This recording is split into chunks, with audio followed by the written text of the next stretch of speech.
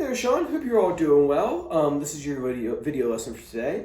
4 things I want to talk about. I'll go right down the list, and as usual, if you have questions, feel free to shoot me over a message, and I will do my best to answer those questions.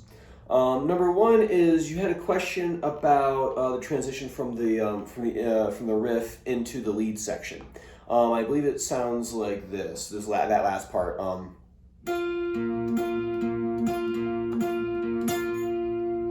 Right? And what he does there is he uses what's called a guide finger. We're going to guide that finger all the way down to the solo part of the riff. That's how we're going to get into it. So if you notice here, 10, 8, 10, 8, 10, 8, 10, 8, 10. That last 10 is on right here on the 3rd string. You're gonna slide right down to the 3rd fret.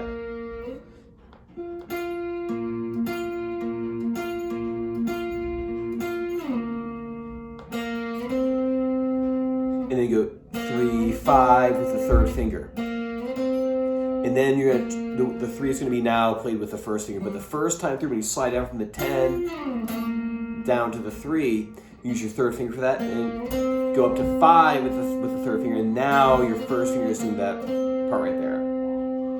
So that actually leads me into part number 2, which is the lead melody. It's 2 phrases. Each one is played twice, so he repeats each one. So lead melody number 1 is 3, 5, 3, 5, 3, 5, 5. So he does there, his little ghost bend on that 5. So you just bend up.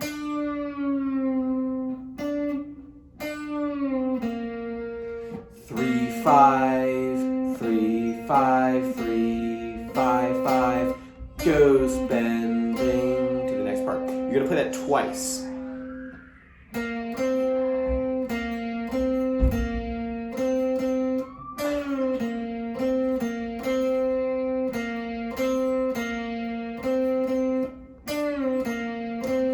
There's the first part, right? And then the second part is a little bit longer, but repeats the same thing twice. I believe it goes like this. 7, 7, 8, 8. If I hear it one more time.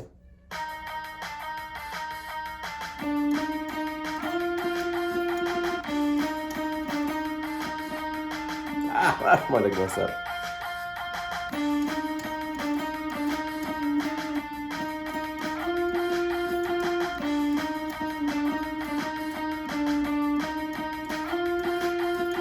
There we go, I got it. There we go. 7, here, I'll play it for you one more time.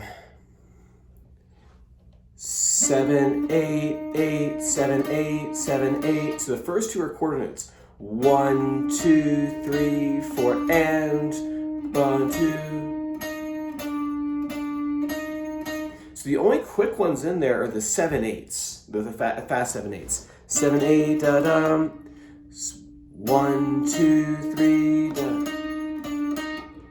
1, 2, 3, then quick, then quick. And after that, 8, 7, 7, 8, 8. Those are all quarter notes.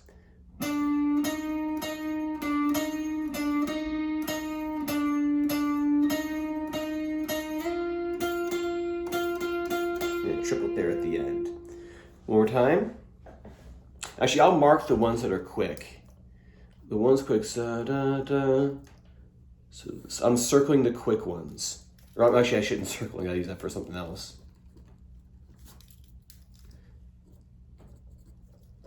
So I'll bracket them.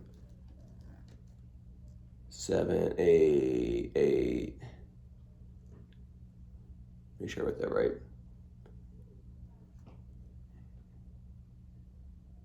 Ooh, I'm missing this 7. There we go. So the ones in brackets are the quick ones for the 7/8s. All the rest of them are gonna be quarter notes, right? 1, 2, 3, 4, and 1, and 2, 3, 4, 1, 2, 3.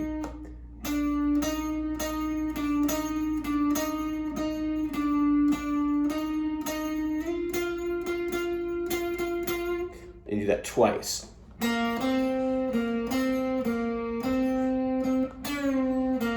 Oh, wait, was that right? Ba-dee-dum-bum-bum.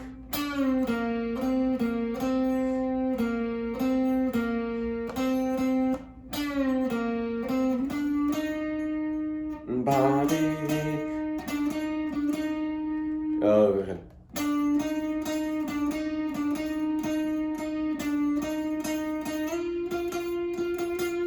So that was the lead part right there. But then there's another question that pops up, which is, we talked last time about how this was it was in G minor, and we were using G minor pentatonic to kind of riff over top of it.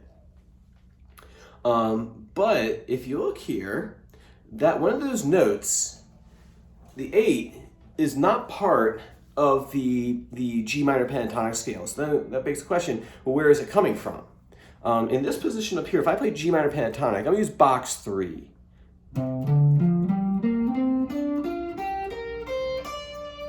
So there's G minor pentatonic box 3. I'm going to turn this over because the notes are over here. The note is that one right there, right? If I play that box one more time, the 7's there and the 10's there, but not this one. So therefore, it is not just G minor pentatonic. Last time we talked too, G minor's relative major is B flat, and what we have here is we have a G minor pentatonic scale. We've added a couple extra notes to the scale to make a major scale, right? So we talked last time G minor is the relative minor of B flat major. Therefore, your scale that you're using here is going to be a B flat major scale. Well, I haven't taught you the major scale yet until today. So what I did here was I've written out a G minor pentatonic scale, right? G, B flat, C, D, F, and G. You repeated G, so we have 5 notes there. And then what we have below that is B flat, because remember B flat is the relative major of G minor, so we're going to start with a B flat. B flat, C, D, E flat, F, G, A, and then B flat back again.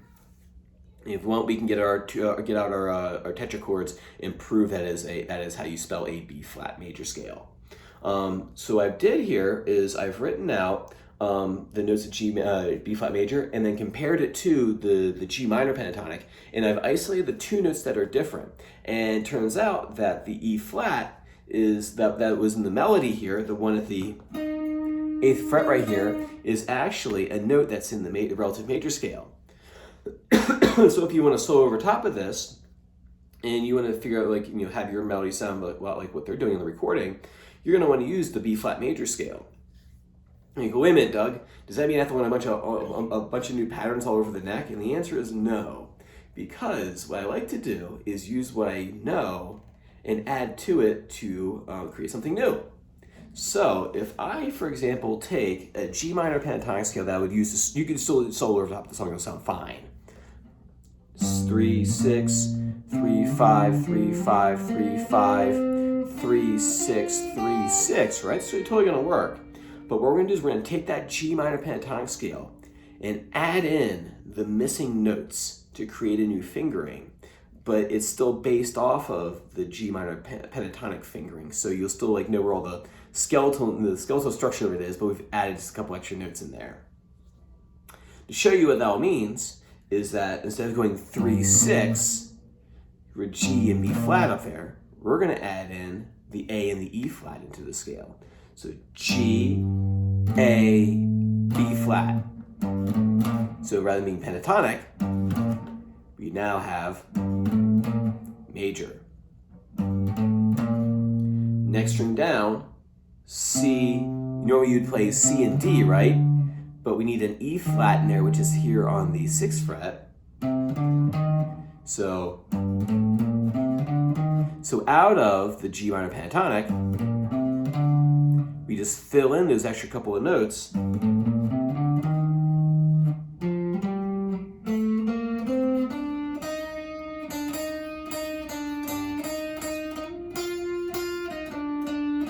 Something like that. So that's where that extra note comes from. It's not a minor pentatonic scale that he's using. He's using a major scale, the relative major. And the scale pattern for this is 3, 5, 6, 3, 5, 6, 3, 5, 2, 3, 5, minor pentatonic, major. Minor pentatonic, major. Minor pentatonic, major. Minor pentatonic, major. It's inside, the pentatonic scale is inside that major scale. Ah.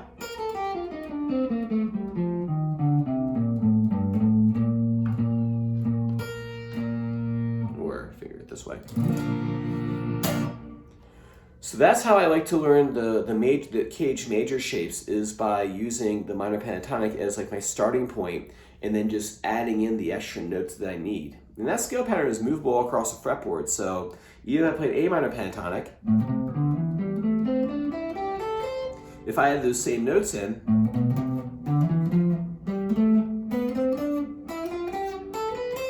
same way that box 1 is movable across the fretboard, you can move this major cage shape around. Right.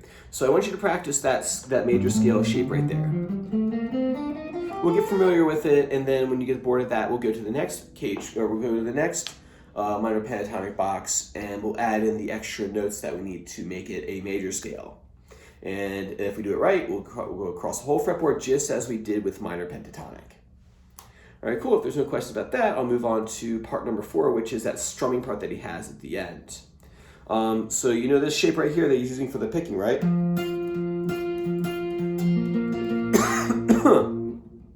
What he's doing is he's kind of strumming that shape. So you have, let me get that rhythm back in my ear.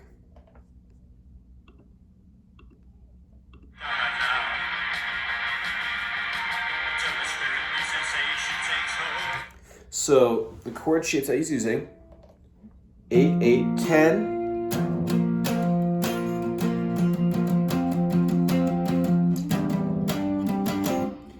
He's going to go 8, 8, 10. And the reason I'm using my pinky here is because, so that way I can make it a power chord in the second half of the riff. So what he does here, he has that shape, 8, 8, 10. 1 and 2 and 3 and 4 and puts that ring finger down. 1 and 2 and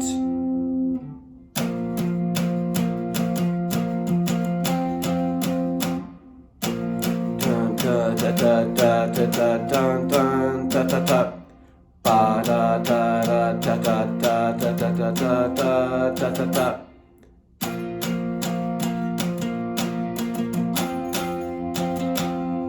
Up to 10th fret with the bar, and then 12 is going to have on the 4th string you have 12th fret right there.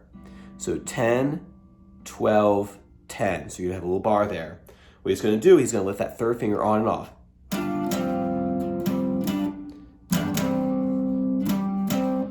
B down. So you have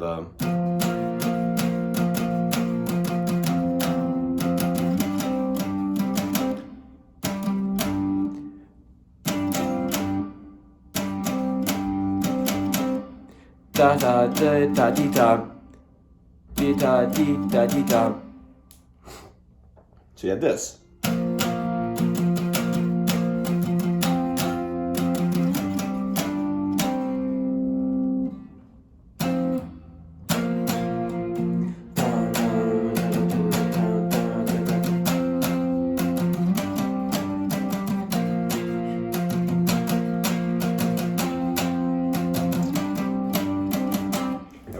I haven't tried this yet. Let's see if it works.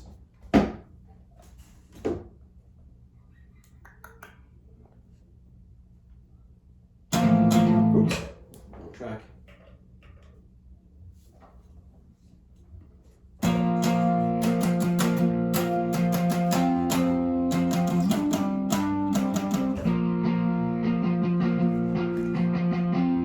Minor pentatonic.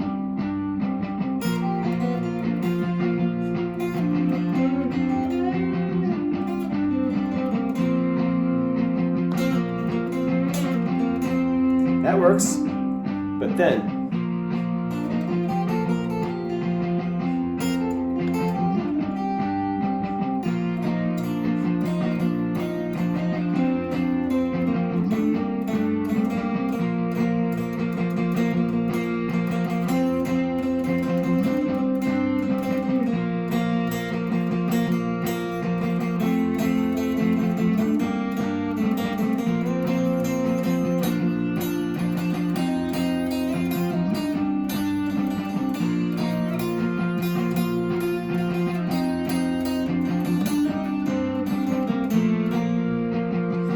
closer with the song.